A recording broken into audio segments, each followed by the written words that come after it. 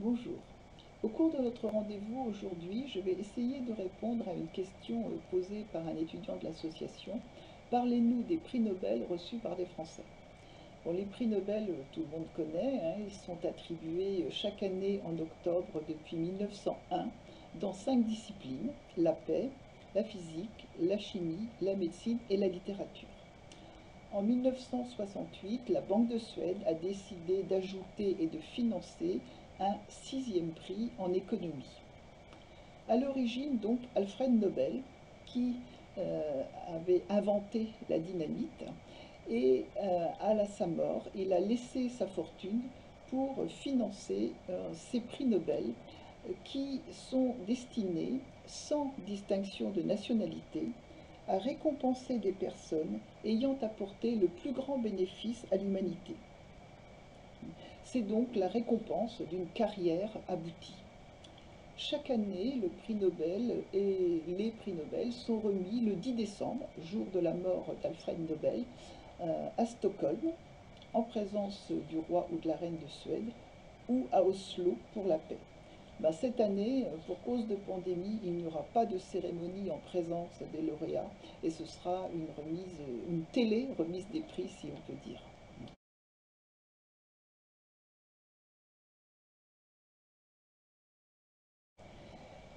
Donc si on s'intéresse aux Français couronnés de ces prix, depuis 1901, il y a 65 lauréats français, ce qui fait de la France le quatrième pays récompensé après les États-Unis, la Grande-Bretagne et l'Allemagne.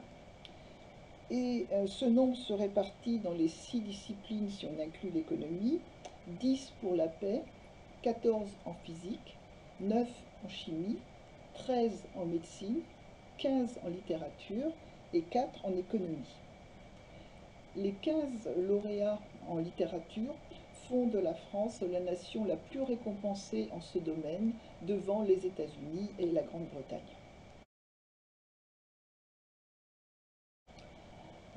Autre critère, les femmes ayant reçu le prix Nobel depuis 1901 ne représentent que 5% du total. Alors la France fait un tout petit peu mieux puisqu'on atteint les 7,5%, c'est-à-dire qu'il y a eu 5 Françaises récompensées par le prix Nobel. Donc comme elles ne sont pas nombreuses, je vais commencer par les citer, bien sûr. La première d'entre elles, c'est Marie Curie, d'origine polonaise mais française, qui a été récompensée en physique avec son mari en 1903, et c'était alors la première femme à recevoir un prix Nobel. Elle fut récompensée une deuxième fois, toute seule cette fois-ci, en physique et en 1911. Comme les prix Nobel semblent une histoire de famille chez les Curie, leur fille, Irène Joliot-Curie, fut récompensée avec son mari en 1935 en physique. Donc tous les travaux de la famille Curie tournent autour de la radioactivité. Ensuite, il faut attendre 1968 pour que Françoise Barré-Sinoussi soit récompensée en médecine avec Jean-Luc Montagnier pour leurs travaux sur le VIH. Plus près de nous, l'année dernière, Esther Duflo a été récompensée en économie avec son mari pour des travaux qui étaient déjà largement répandus, hein, sur le développement et la lutte contre la pauvreté. Et tout dernièrement, là, c'est Emmanuel Charpentier qui a reçu cette récompense en chimie, donc sur l'année 2020.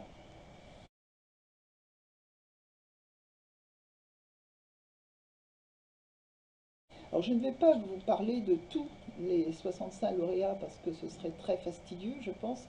Et donc j'ai décidé de choisir ceux qui étaient peut-être les plus connus des Français. Alors ça commence mal parce que pour la paix, je vais vous parler de Frédéric Passy, hein, qui est très oublié aujourd'hui, on va dire. Si j'en parle, c'est parce qu'il a reçu le premier prix Nobel de la paix en 1901 en tant que fondateur, hein, d'une association pacifiste.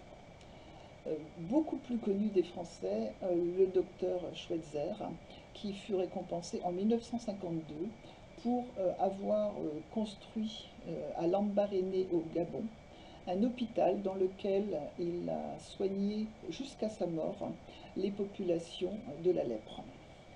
Et enfin, en 1999, c'est l'ONG internationale mais d'origine française Médecins sans frontières qui est récompensée.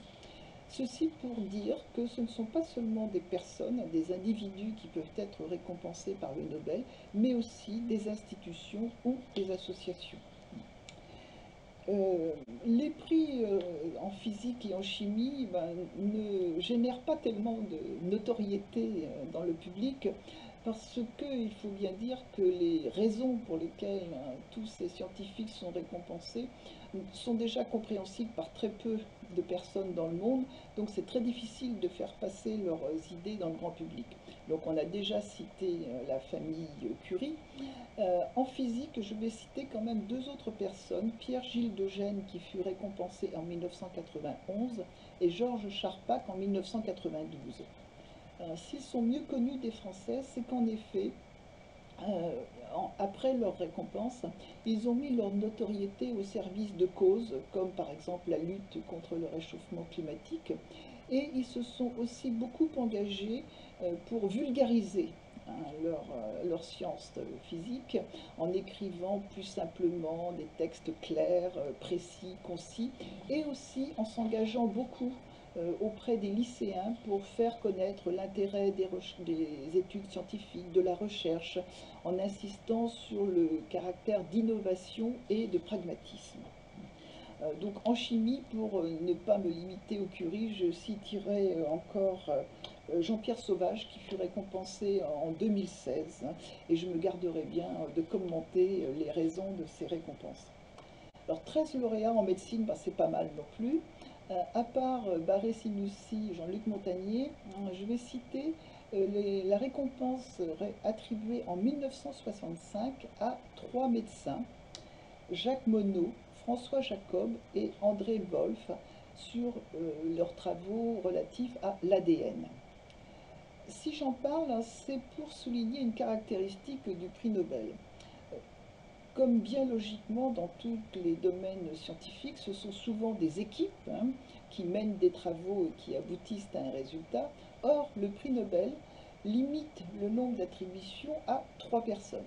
Donc, s'il y a une équipe composée de 4, malheureusement, il y a un ou une membre de l'équipe qui ne peut pas recevoir le prix Nobel, ce qu'on peut considérer quand même comme à la fois un peu bizarre et un peu injuste. J'ai dit en introduction qu'il y avait eu 15 récompenses en littérature pour la France. La première fut attribuée aussi en 1901 à Sully Prudhomme, un poète aux ambitions philosophiques qui n'est plus tellement lu aujourd'hui. En 1904, c'est Frédéric Mistral qui est récompensé. Et si je le cite, c'est parce que jusqu'à ce jour, il reste le seul écrivain qui a été récompensé pour une œuvre écrite dans une langue non officielle. En effet, tous les textes de Mistral sont écrits en provençal. Régulièrement, la France a reçu donc des prix Nobel de littérature, jusqu'en 1957, où ce fut Albert Camus qui fut couronné, on en a parlé la semaine dernière. En 1960, le prix Nobel est attribué à Saint John Perse, un poète réputé pour son hermétisme. Et ça, c'est pour souligner que le jury Nobel n'hésite pas à récompenser des œuvres exigeantes, parfois même difficiles, et pas forcément connues du grand public.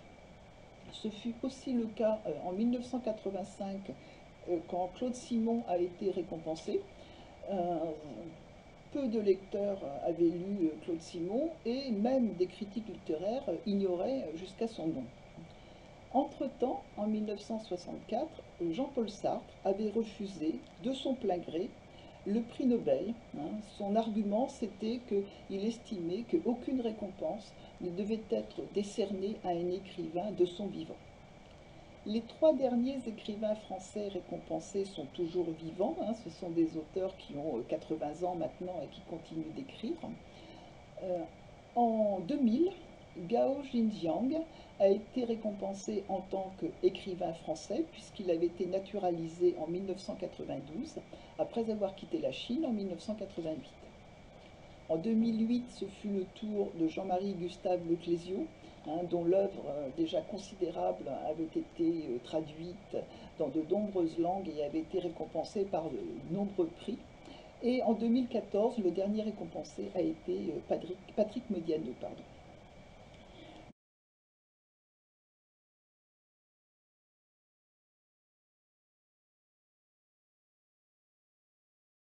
Enfin, dans la pièce rapportée qu'est l'économie, donc j'ai cité Esther Duflo l'année dernière, donc on peut aussi citer peut-être Jean Tirole, qui a été récompensé en 2014 sur des travaux en relation avec les systèmes de la concurrence. Vous aurez sûrement remarqué l'absence de certaines disciplines, pourtant très utiles, dans ces récompenses.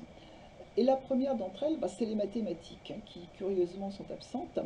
Et il existe pour ces disciplines manquantes des récompenses qui ont été créées et qu'on appelle abusivement les Nobel.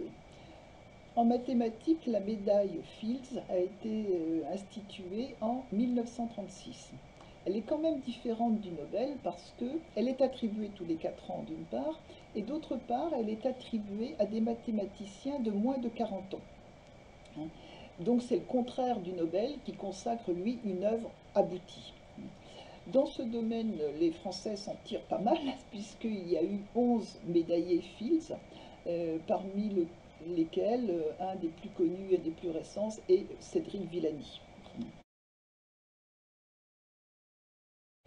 Un autre prix en mathématiques, Simon Nobel, lui ressemble plus au Nobel. C'est le prix Abel qui est décerné à la fois tous les ans et selon les mêmes critères que le Nobel. Et ça depuis 2003 et par la Norvège. Et dans ce domaine, 4 Français ont été récompensés. En informatique, il existe depuis 1966 le prix Turing, massivement remporté par des Nord-Américains, à l'exception notable de 2018 où c'est un Français qui a été récompensé. Enfin, on appelle le prix Nobel d'architecture le Pritzker Prize, qui date de 1979. Deux Français ont reçu ce prix, Christian de Porzampar, dont une œuvre à Paris, par exemple, est La Cité de la musique, que vous connaissez peut-être, et plus récemment Jean Nouvel, dont les constructions peuvent se voir un peu partout dans le monde, et facilement à Paris. Par exemple, je citerai évidemment la Philharmonie.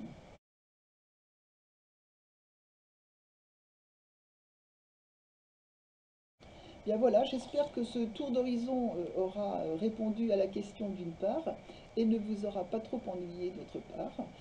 Selon la tradition, je vous souhaite une bonne semaine. Au revoir.